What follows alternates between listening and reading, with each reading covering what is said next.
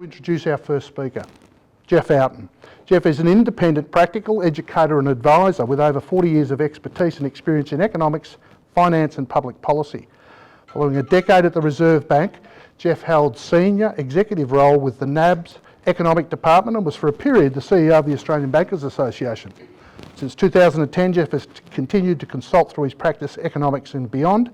He's an honorary fellow at the Business and Applied Finance Centre of Macquarie University and teaches master's students about the economic and financial underpinnings of financial markets and global financial system. He holds several director positions and we're honoured to have him as an active member of the Victorian Leaders Advisory Board. Please welcome Jeff Oughton.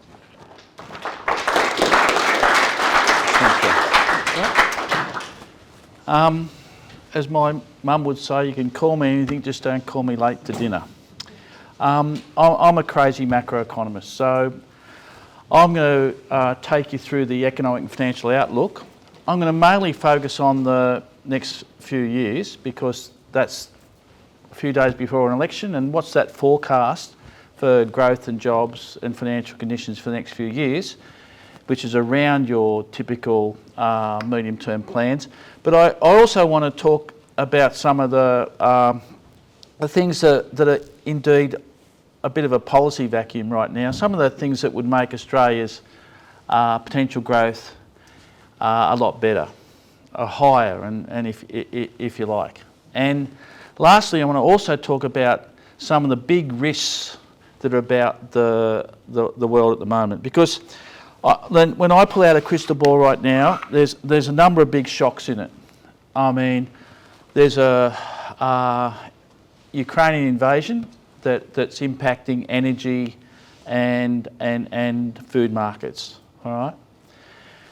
I've got to tell you, COVID's not over, as you know. We're learning to live with it, but if a new variant walks in the door tomorrow, and you've got to just remember, we've only managed to vaccinate about 20% of the world. Yeah, I mean, low income and developing countries ain't vaccinated. So you open up your borders and it mutates and come in, COVID. So COVID's not over. And then there's the issues around climate change, and then there's the issues around technology, and you can see it. Everybody can see this now.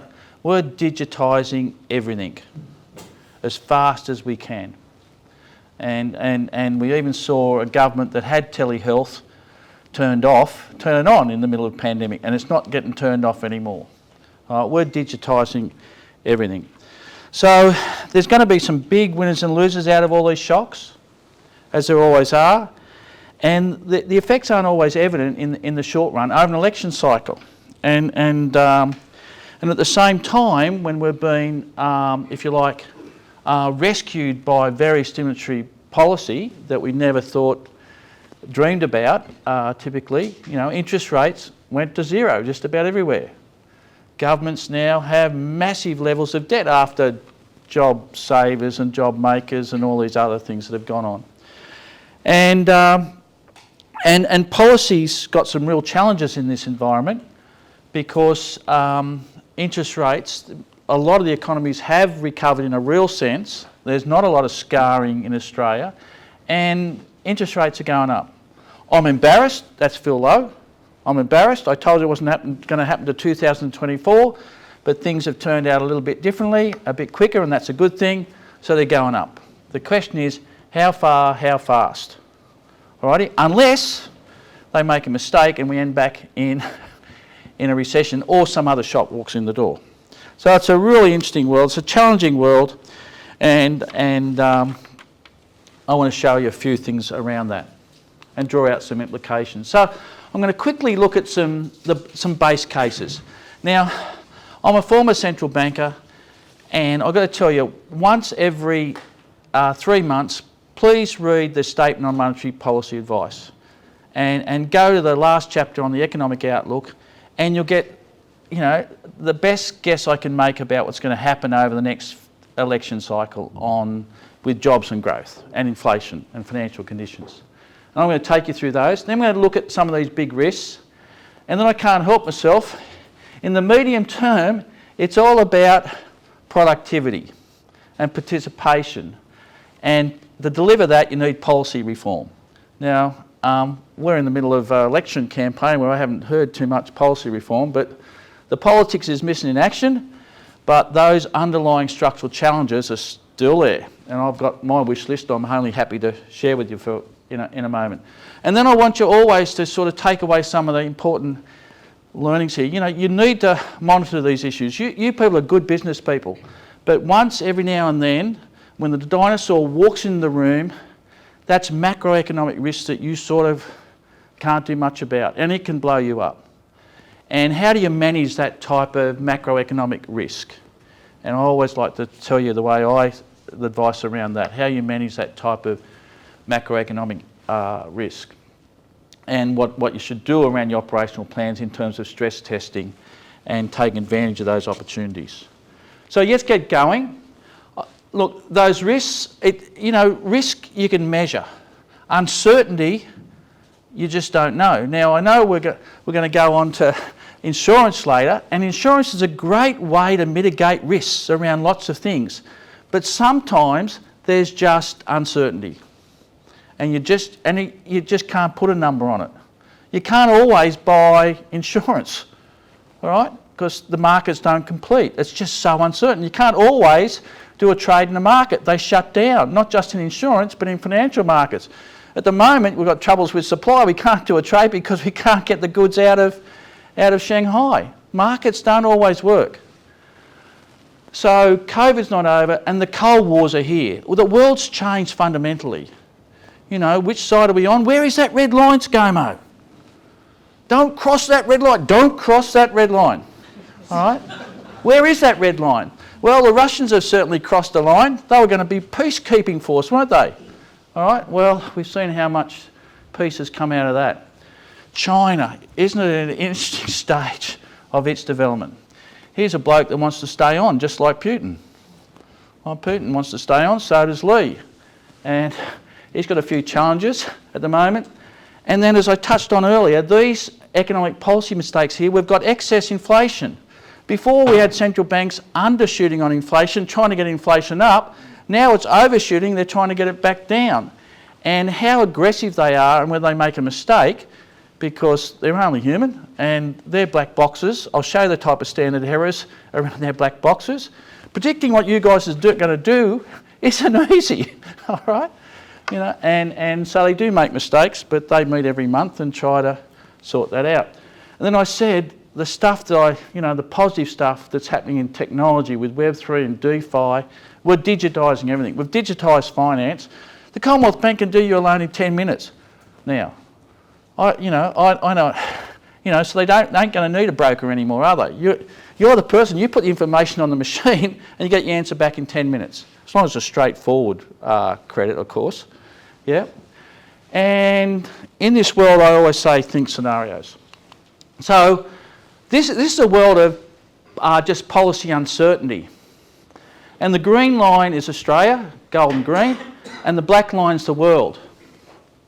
And the dark line's are sort of the 12-month moving average.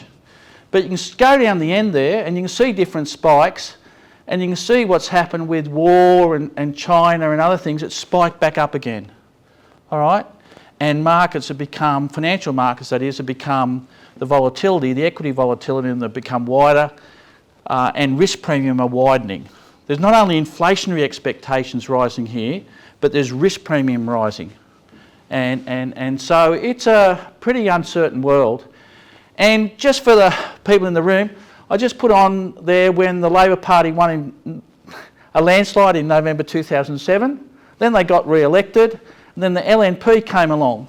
At the end of the question, Lockie gave me the idea just a moment ago. I'm going to ask you, did this change your view on what you're going to do on Saturday? If it does, it's completely unintended consequence of this.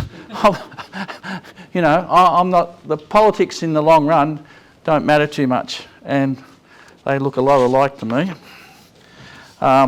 even though we use all different colours in describing them. But happy to talk about that more. So let's go and have a look at the base case for Australia. And this comes directly out of the May, it's only been published, hot off the press a week or so ago, from the Reserve Bank, their jobs and growth forecasts. So you see the last a few years forward, the election cycle, and you've got about 10 years there. And you see in the growth side that Australia's potential is somewhere around 2.5% per annum. Now that's worth about $40 billion. We make an extra $40 billion in real terms every year. And you can see when the bug walked in the room, we've never had such a fast contraction. So output went backwards, unemployment rate rose up to 7, and then we got the bug, learned to live with the bug, a second wave, and here we are forecasting that we're just going to settle back down to around potential. And in that world, we run out of people. The unemployment rate gets to 3.5%. Australia runs out of people. And what do you get when you run out of people? Well, and you've got food and energy price pressures. You'd normally get wage pressures with it, and with a lag, and so central bankers have got to start to worry about the inflation down the track, even though they've got a higher starting point. So, yeah, we're through the COVID shock. Now we've got a global food and energy shock, which is positive to Australia, because we sell a lot of that stuff to the world, if you looked at our terms of trade, and we've run out of people.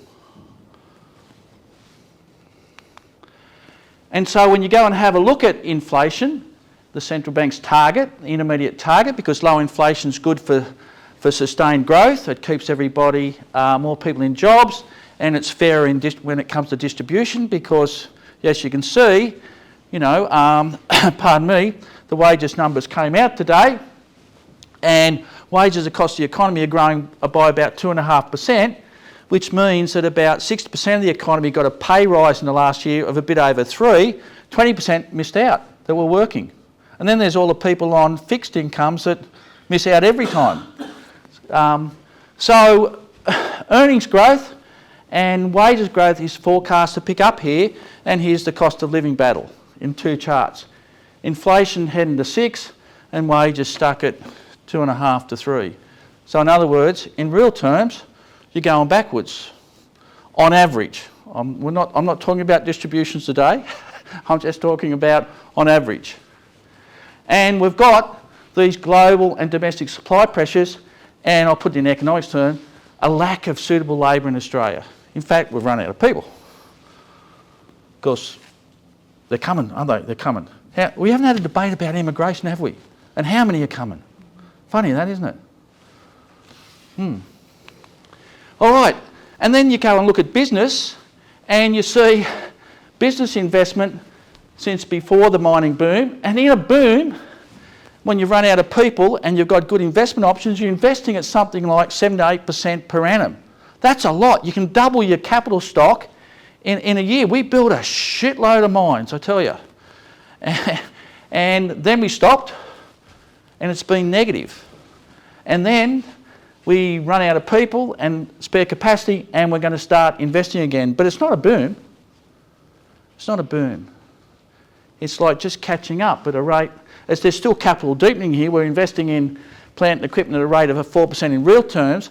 Our labour force is expanding at a rate of a couple of percent, but it's capital deepening, and hopefully it's highly productive and profitable too. And what's the worker getting out of this? Well, if you look at average earnings per hour, in boom times when there's rich in productivity, they get something like 4 to 5%. What they've been getting the last 10 years? This is a couple of percent, and what's that mean? So those tax cuts are the things that have been making their incomes rise, but a lot of people don't get a tax cut if they're aren't working. They might have a fixed income or whatever. So, and so this is in a world where we've attacked the hip pocket nerve, and we still haven't seen wages respond, because in the long run, wages are largely about you walking up to your work and saying, we can get more widgets out of here if you change and do these things with me, because we're going to generate more of them and I'll be able to pay you a bigger share of those profits for that extra productivity. And we seem to have lost that conversation around Australia. So when you look at over a long time, what's happened to Australians' wealth and income, so this goes back to 1973, and it's in real terms and on a per capita basis. So incomes going sideways up a little bit, and then the boom after the early 90s recession and the reforms of the late 90s and 2000s, and then you have a look for the last 10 years, and there's some ups and downs in it, and the up there is largely the job keeper and job other payments that have been stashed into people's incomes, and that falls back down and prices have gone up, and that's why the cost of living is a big issue for lots of households. But on the other side, on average, look at that. How wealthy are we? Well, we're the wealthiest people in the world, and you can see where the wealth gains have come through this period here. Your house went up again. This is the share market and financial assets, largely equities, but there's some bonds in there too. This is the borrowing, and you add these two together and take away this, you get your net wealth on average. So we're the richest place, one of the richest places in the world on average, but our incomes for the average aren't keeping up with the wealth. Interesting, isn't it? So, interesting politics. And this is at a time when interest rates are going to go up. Blind Freddie can see it. And it's still hard to get a wage rise. Yeah? And markets are reassessing because you've got higher inflation coming and higher risk premiums, and we've got to give some of these price gains back. Okay? Yeah, it's highly likely over the course of next year that house prices in Australia will come off. You know, the only thing that I'd say about that, everybody's saying it, so it probably won't happen. That's a joke, bad joke. All right. But, you know, there it is. The house took off again. And we've just had an election campaign that don't solve that, haven't we? Yeah, we've had yeah. Another interesting observation. But I'm not talking politics today. I'm talking economics. Alrighty. So we get to interest rates. Well, these are interest rates all around the world, and this is the central banks all around the world, what markets think is going to happen to their instrument, their policy rate over the next few years. The election cycle, if you like. And you can see everywhere it's going up, isn't it? Well, they went to zero. There's only one way for them to go, that's up. Once you recover, yeah? So they're going up. The question is how far? Now, you know, that's what's built in the markets. I would say the consensus amongst economists is we don't need to take them that far because of the extra gearing and the likely asset effects that are around the place. But stay tuned. If we had a wage price spiral break out here, the central bank will have to take them past these neutral levels. So most of those forecasts have central banks just gradually rising rates, the economy slowing around potential, inflation easing back into its, and that's called a soft landing. That's the base case. A hard landing is where these global pressures don't go away, and you can see why they mightn't. How long is the war in Ukraine going to go on for? Don't ask me. And when's he going to invade Finland? And where next? And where is that red line, ScoMo? Where is that red line? Where is that red line? So, and you can see longer term interest rates have already taken off. Yeah, so there's already been significant tightening going through household borrowings and business borrowings if you've got any term in your borrowings. And that's going up with inflationary expectations and the risk premium that have been built in. So if I'm trying to time the market here, which I love to do just occasionally, just when everybody else is selling, go and get some spare gearing, and do I put it back into the equity market here, or do I buy government bonds because they've sold off so much? Interesting question. Alrighty, so that's sort of interest rates. So they're not going back down, they're going up in the short term, and anything with term on them's going up. It's just a matter of how far. But if growth's sustained and inflation's come back down, around these levels would be what I'd be putting into any medium-term plan. And if you can't do a business where the bond rate's at 3% and add a bit of risk premium onto that and run your business, there's something wrong with your business. All right? So put all that economic stuff away. I just couldn't help myself at 11 o'clock last night when I'd come home from the wine fields of Rutherglen during the day. And I said, look, that's economics. How do I make this a bit more fun? And the OECD has this new publication, How's Life? How's life? In fact, there's some governments now measuring subjective well-being. New Zealand's have a subjective well-being budget. They've got to put a statement about how people actually feel about their well-being. And the OECD is sort of doing something like that around all the advanced economies, the OECD. And this is your subjective well-being, and this is how much inequality there is. And so you see up in that right-hand corner that as they measure and feel in those countries, they feel like they've got higher well-being and lower inequality. Yep. And you find Australia there, back in the middle here, and then you find the Greeks, the Mexicans, the other form of Mexican, I mean the North American, and a lot of Europe there in the middle. Yep. So, you know, Australians don't feel too badly when it comes to well-being, and especially the older ones. The older ones, because the average older one, 80% of them own their home, 80% have got a government pension, and at least a few $100,000 in super as well. So, and they know how to have a good time. You don't have to pay to go onto the beach or in the national park in Australia, unlike Greece and Italy, where sometimes you have to pay to just get on the beach, and it's just over there. And then you've got to pay for the seat. Oh, geez, Australia's a great place. Alrighty, so my policy wish list is all around those things that take reforms. They're all over the place, but the ones underlined are the ones that I think would help a lot. And so, you know, the sooner you start educating your kids, the better, because they're only 3 years behind Singapore right now. By the time they get to high school, they're 3 years behind. Geez, what have they been doing? So that's about preschool, and that helps women and others, men and women, families, stay in the workforce, and we've run out of people, so that's not a bad idea. Help them make it incentives to go to work and their kids get cared for, and there's some education. And we've got to get into this world of really encouraging, you know, training and education, because, you know, we've run out of chefs, we've run out of tradies, we've run out of, and they say that we've got as many as we've ever had. Yeah, that's because we didn't have many. Infrastructure, the digital stuff, just driving up to the Hume Highway, I don't know how many black spots I hit in the last couple of days. And, you know, the taxation. How do you put one arm behind your back, both parties put one arm behind your back and run an election campaign? Unbelievable, isn't it?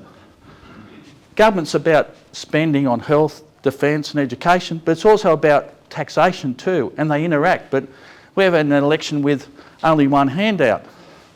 Yeah? Nothing about taxation. And the thing that worries you is the geopolitics in this environment. The geopolitics, it's the international geopolitics and the lack of cooperation around these issues, where it's not just, some issues aren't about self-interest or the national interest, they're about the international interest. And of course this one's very much an international problem where we need good policy and cooperation. So they're the key risks and opportunities that I've talked about, and we keep an eye out for asset bubbles. I'm just checking my phone, because not for time, because I just wanted to see where I'm up to. And so when you take this into an operational sense, I'm a big fan of stress testing your business. All right, a really big fan of occasionally stress testing your business. And the obvious one right now is about interest rates going up by 3% over the next maybe 12 months. Yeah, but probably over 2 years. Yeah. So I'm talking about variable interest rates, your overdraft and your variable home loan. You know, and take advantage of these policy responses around, and there's been plenty of good ones around CapEx write-offs and training subsidies and the like. You know, these are things, they might be obvious, but, you know, when a bug walks in the room, it's all about your operating systems and your people. And so, you know, and we all get this new technology these days, and we introduce the system, but we don't train anybody how to use it. Yeah, so, you know, I might as well drive around in a VW as a Ferrari, because I wouldn't know. I drive my VW just like it was a Ferrari. I know which one's safer, but I don't know how to drive a Ferrari like a Ferrari. So training and that is just so important as we digitise everything. And of course communications, when there's some pretty unusual things happening place just at work with COVID, let alone out in the outside world.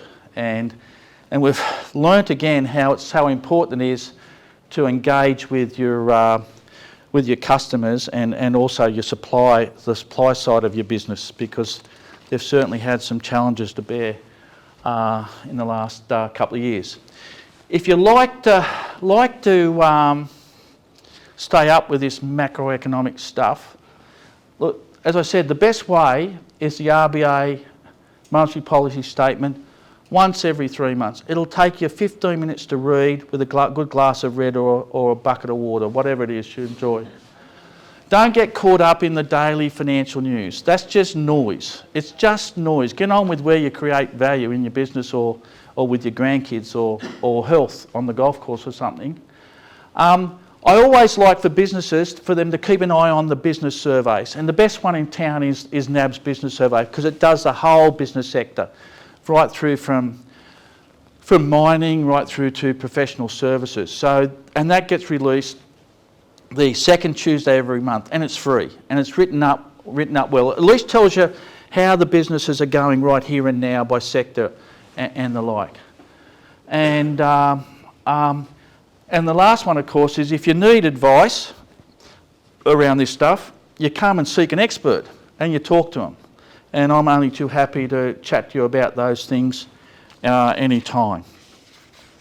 So, so while I've largely discussed the macroeconomic environment here and the risks and that residual uncertainty, that uncertainty that currently challenges the world in Australia, like business, it's the real world. The business has to generate opportunities and create value making decisions under this uncertainty. And you've got to make strategic decisions. And what I've said to you in essence here, you need a base case, but you need to do some stress testing to make those sound decisions. But the other things you need, and this might be a little bit like apple pie, or my mother's apple pie was really good, I tell you, but it might be a little bit like apple pie, but you know, in a business you build bonds. You build bonds and promises. You make promises and you build bonds when you keep them. All right?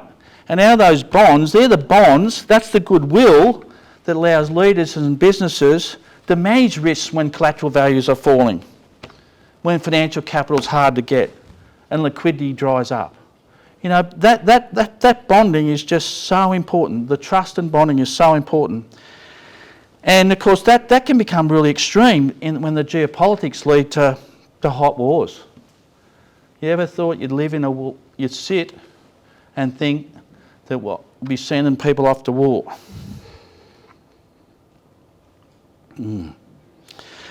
And bonds, those bonds ensure that contracts complete, because markets don't always work.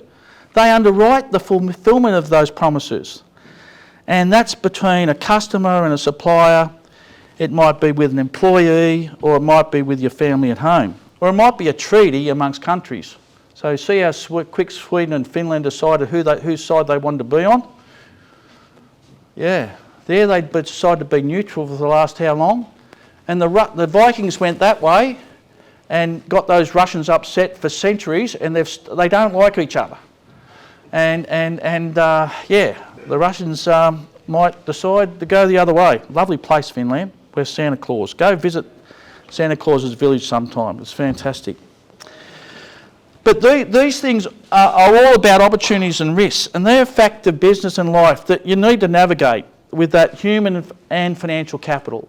So when things get tough, you need human and financial capital and the goodwill, because you can mitigate a lot of risk with good insurance. And that's the next topic today. It's part of the modern world. We need it.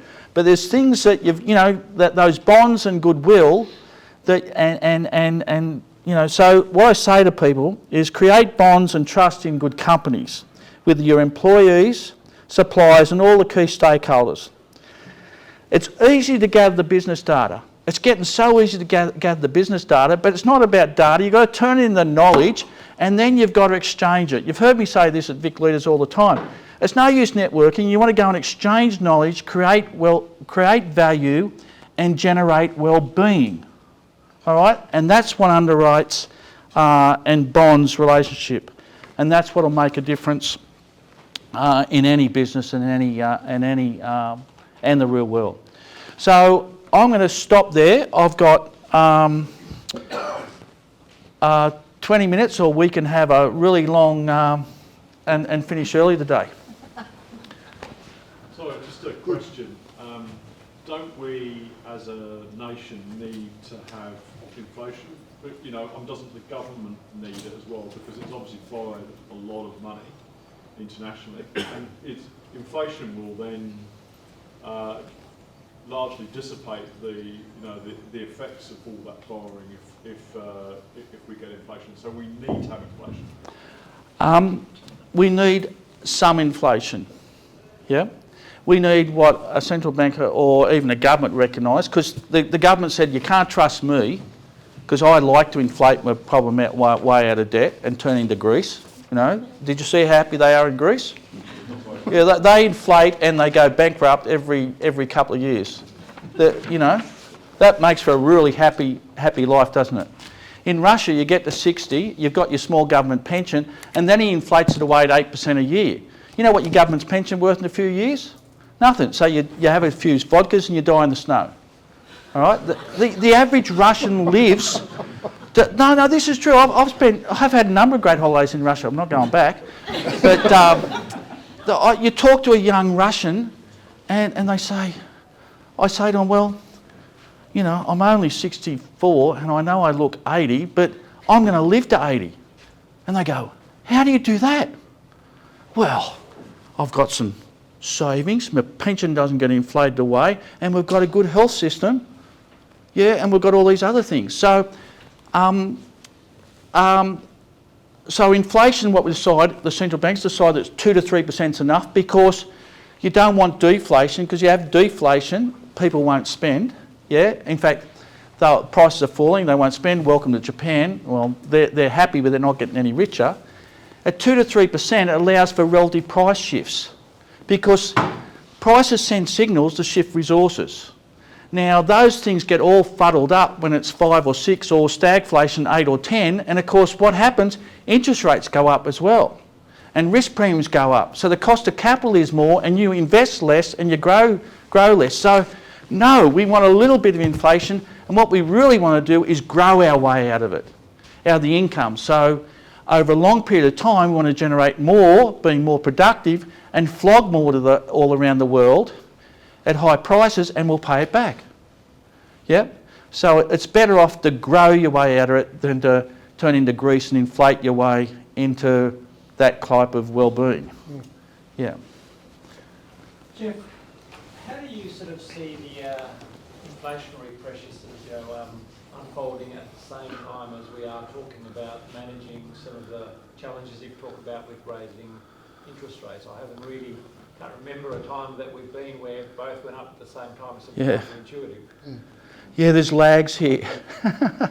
You look at those. So some of these things that took inflation up are temporary, hopefully. Like the Russian war's temporary, and oil prices at at 120 US dollars a barrel, and food prices going to the moon, and some of those things are temporary, and if they just fall, they fall, so that'll drop out. So central banks look at underlying inflation, taking out those temporary shocks, typically supply side shocks. Yeah.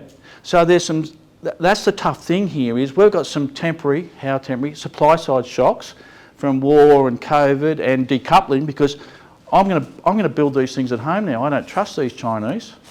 Yeah. And yeah. So we've got some supply side adjustment happening at the same time, and in the short run that's a little bit, but we don't worry about the little bit extra. It's where it's going to be in 2 or 3 years' time, because if it goes up to 6 and I'm still getting my 2% pay rise, we won't end up like, well, there's been you've seen a number of places recently where there's food and cost of living pressures are leading to social instability. Yeah, yeah. So we've just got a little bit of political instability. What will happen is that growth will slow down because interest rates will go up. The energy shock that's positive to Australia, those high iron ore prices that just make Western Australia the only place in the world to be in surplus now and never had a recession in the middle of a global they'll pass, and demand will ease, and immigration will start up again, and some of these retraining and hopefully lift participation and get more people in the workforce, and wage pressures will go up a little bit. But if wage pressures go up a lot here, and what I mean by a lot, like over 4%, and they're without productivity, interest rates will go through, the central bank will go way through neutral, and we'll have a recession. Yeah, yeah. So, the central bank's about keeping inflation low, so you have sustainable growth. Why do you want low inflation? Because it sends the right price signals, and you don't rip off people on fixed incomes and renters and all these others that have got, but yeah, that's so. The forecast goes up and it comes back down as growth slows, interest rates go up, the supply side shocks pass, and we're back in this lovely steady state. But the steady state, why it's good, it could be better, because Australia's a rich place with lots of great growth options, and that's the policy reform that we've talked about. Housing for how many weeks in this election campaign, and we still haven't solved the problem. I won't tell you what the answer is because nobody's interested. Yeah, Richard. Jeff, thanks for apologising about mispredicting interest rates last year. You didn't need to do it because the Reserve Bank was right with you there. I don't know about other people in the room, but I don't think anyone here seriously believed there'd be no interest rate rises for 2 or 3 years. I never did. If we lived with 17% interest rates with a housing loan at that rate 25, 30 years ago, we all knew we were living in a fool's paradise. But on the long term, you say an increase within a few years to 3%. We're currently at half a Reserve Bank cash rate, 0.5%. So that's a 600% increase in how many years? 2 Couple. Years? Yeah. Okay. With negative gearing, with all the overinvestment and over borrowing, some people might say, I heard an economist last year say that there will be a housing crash this year. Now that was based on no immigration and other pressures, but that certainly hasn't come to pass. So what do you think, with immigration increasing, Australia is not so desirable apparently anymore for people to immigrate to. Is there a happy medium there where, and there's a certain immigration level that we will get ourselves out of the housing mire or the productivity mire? Sorry, I'm being vague. There's a couple of questions there, yeah. Richard. The one question, there's the question about what's our potential growth rate, and how do we, and if it's ahead of what our population growth is, how many immigrants do we let in? And it's a bit of a political question, because economists would say a lot more than what the political system allows. And our immigration system is it's going to be very targeted. It's It's going to be very targeted because, I don't know, you know, with structural issues around aged care, health care and a whole heap of things, I'm a volunteer director on an aged care. We've run out of assistants. We're a really good one, and we you know, we need 120 PCAs over the next 3 years. All right. You know, and you know who they are? They're the students that come in and study and work in the aged care system. Now then we haven't got enough nurses in some aged care places, and that'll take years to catch up. But you know, my son works in the health system at Royal Melbourne. Do you think a third of the specialists there come from overseas? So you know, to catch up on this elective surgery, we're going to have to open up these borders to let even the doctors in, let alone. So we've run out of people because we haven't either let in enough migrants or encouraged people and supported enough to train, yeah, and to join the workforce. So that's the immigration debate that we have, but we're going to be very selective, and we'll get over that problem over the next, as we reopen the borders. Well, why should we be so selective? Because why not just throw open the borders? So let's take 200,000 people next year. Because, you know, this is me being a cheeky economist, and there should be a program for on a humanitarian terms, without doubts. In fact, us pinching a doctor from the UK or from India is really, you know what we're doing, aren't we? They train them, and now we're buying. It costs them millions of dollars to train them, and then we pinch them.